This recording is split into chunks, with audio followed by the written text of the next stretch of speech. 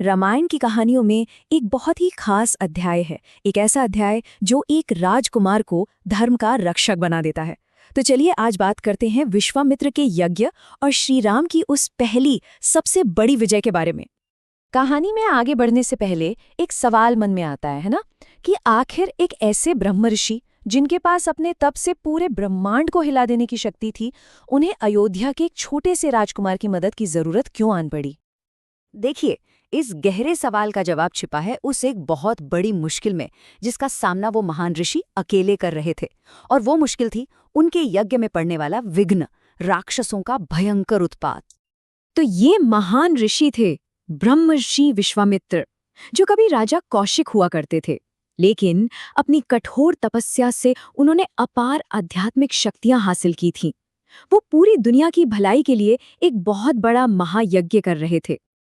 पर दिक्कत ये थी कि उनका ये पवित्र काम बार बार राक्षस आकर भंग कर देते थे। वो अचानक कहीं से आ जाते, यज्ञ की पवित्र आग में खून, मांस, हड्डियां फेंककर उसे अपवित्र कर देते थे, मंत्रों का जाप रोक देते और वहां बैठे बाकी ऋषियों को डराते धमकाते थे। और सबसे बड़ी बात, विश्वामित्र खुद कुछ नहीं कर सकते थे, क्योंकि यज्ञ का संकल्प लेने के बाद वो ना तो गुस्सा कर सकते थे और ना ही किसी को श्राप दे सकते थे। और ये सारा हंगामा मचा कौन रहा था?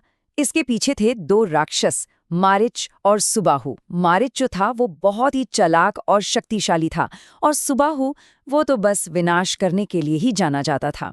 इन दोनों ने मिलकर यज्ञ करना लगभग नामुमकिन कर दिया था। जब विश्वामित्र को लगा कि वो अपने संकल्प की वजह से बंधे हुए हैं और खुद कुछ नहीं कर सकते, तब उन्होंने मदद के लिए अयोध्या की तरफ देखा।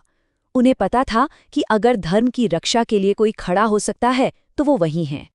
और यहाँ आती है सबसे चौंकाने वाली बात, श्री राम की उम्र। वो उस समय बस 12-13 साल के एक किशोर थे। अब जाहिर सी बात है, कोई भी पिता अपने इतने छोटे बेटे को खूंखार राक्षसों से लड़ने भेजने में 1000 बार सोचेगा। राजा दशरथ भी बहुत परेशान थे। विश्वामित्र जब राजा दशरथ के दरबार में पहुंचे तो उन्होंने साफ साफ कहा, हे राजन, आपके पुत्र श्री राम ही इस यज्ञ की रक्षा कर सकते हैं। ध्यान दीजिए, उन्होंने कोई बड़ी सेना नहीं मांगी, उन्होंने सिर्फ राम को मांगा। लेकिन एक पिता का दिल था, कैसे मानता? तब उनके कुलगुरु महर्षि वशिष्ठ आगे आए और उन्होंने दशरथ को समझाया। उन्होंने याद दिलाया कि राम कोई साधारण बच्चा नहीं है, वो तो स्वयं नारायण का अवतार है, और उसका जन्म ही ऐसे महान कामों के लिए हुआ है। अपने गुरु की बात मानकर राजा दशरथ ने भारी मन से इजाजत दे दी, और यहीं से शुरू हुई दो राजकुमारों श्री राम और लक्ष्मण की पहली महान यात्रा। वो महलों का आराम छोड़कर वन के रास्ते पर निकल पड़े, एक ऐसा सफर जो उनकी जिंदगी हमेशा के लिए बदलने वाला था। और ये सफर कोई आसान नहीं था, ये तो एक तरह की तैयारी थी। रास्ते में उन्होंने ताड़का जैसी भयानक राक्षसी का अंत किया, पत्थर की शिला बन चुकी अहिल्या को उनके श्राप से मुक्ति दिलाई, और सबसे जरूरी, गुरु विश्वामित्र से वो दिव्य अस्त्र शस्त्र हासिल किए जो भविष्य में बहुत काम आने वाले थे।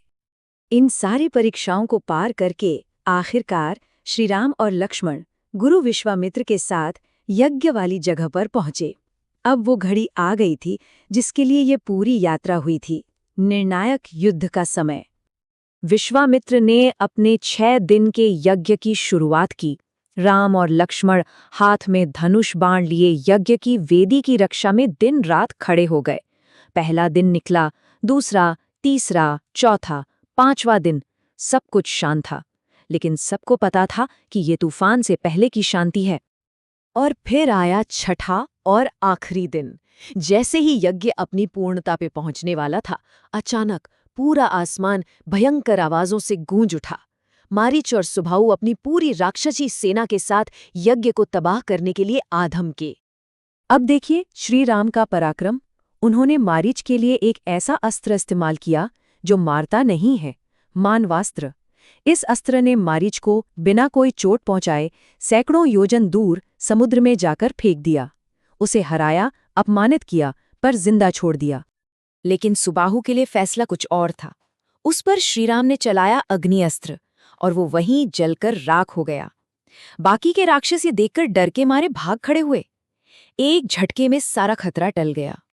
और इस तरह एक किशोर राजकुमार के शौर्य ने अधर्म पर धर्म की एक शानदार जीत दिलाई। यज्ञ तो सफल हुआ ही, लेकिन इस सफलता के मायने बहुत गहरे और बहुत दूर तक जाने वाले थे। बिना किसी रोक टोके वो 6 दिनों का यज्ञ शांति से पूरा हुआ। ऐसा कहते हैं कि देवता भी इतने खुश हुए कि उन्होंने आकाश से फूलों की बारिश की। विश्वामित्र तो बेहद खुश थे। उन्होंने श्री राम को गले लगाकर आशीर्वाद दिया और कहा, हे राम, आज तुमने साबित कर दिया कि तुम कोई साधारण बालक नहीं, तुम तो खुद धर्म के रक्षक हो। सोचिए, एक राजकुमार के लिए इससे बड़ा सम्मान क्या हो सकता है। तो इस एक जीत के मायने क्या थे?